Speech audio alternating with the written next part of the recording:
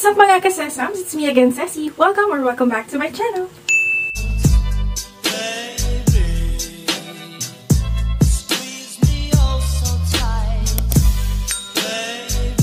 For today's video, I'm gonna share with you mga girlies or guys ang aking recent soap na ginagamit. Syempre, whitening soap ito, mga sis. Kung nanonood kayo ng mga previous vlogs ko, meron na rin akong video ng mga soaps na ginamit ko before, yung mga umeffect sa akin, and kung ano ba yung talagang mga naging effective sa skin ko nung time na yon.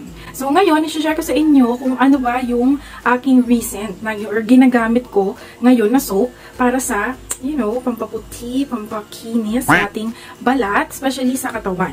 Ayan, syempre iba yung ating skincare sa face. So, yung sa body na ginagamit ko ngayon, ang i-share ko sa inyo. And it's the White Blast Bleaching Soap from SCT Unlimited. And yes, I know na nagte-trending siya ngayon, especially sa TikTok. Kapag chinek nyo yung mga reviews nito or kapag nag-search kayo ng whitening soap sa TikTok ngayon, talagang ito yung nagte-trend. And yun din yung isa sa rason kung bakit gusto ko siyang itry and kung bakit ko siya tinry. Kasi, yun nga, nagte-trending siya. And syempre gusto natin malaman, girl, kung totoo ba, kung talaga bang nakakaputi siya, nakakakinis ng balat. And mga kasesams, hindi nga pala ito sponsored video, okay? So, itong mga products na to, itong White Blast Soap, ayan, hindi po ito sponsored for this video. Yung video na yun, hindi rin siya sponsored. Yun talaga yung mga ginamit ko, mga na-try kong whitening soaps before. Ginawan ko lang siya ng video just to share sa inyo na ito yung gamit ko ngayong soap. Kasi marami nagtatanong sa akin dun sa previous video ko ng mga whitening soaps. Marami nagtatanong doon, nagko-comments kung ano daw ba yung gamit ko ngayon, kung ano daw ba yung pinaka-effective sa akin na sabon, or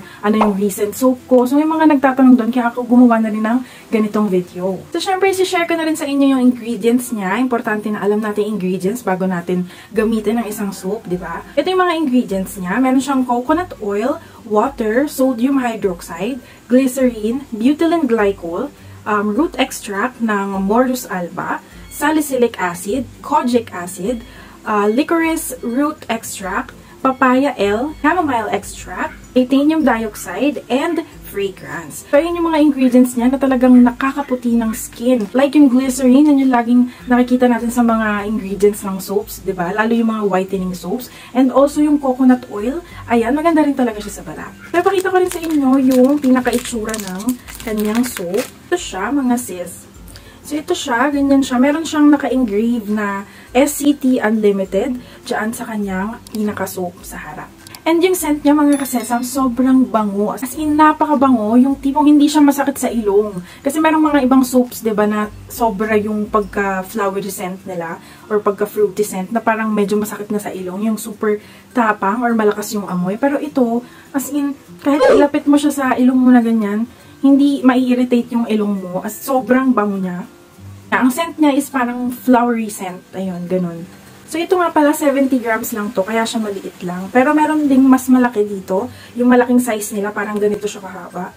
Ayan. So, ilalagay ko na lang din sa link dyan sa description box below ng video na to kung saan kayo makakabili ng small size and yung big size. Mga sis, matigas yung soap nila ha. Hindi katulad nung iba na pag pininch mo ng ganun, ng sobra, yung parang nadudurog siya or parang malambot siya na parang lulubog agad yung daliri mo. Pero ito, pag ganyan, matigas siya. So, medyo matipid din siyang gamitin. And may ipapakita rin ako mga video sa inyo na ginamit ko to. Makikita nyo doon kung gaano siya sobrang kabula. So, ito yun.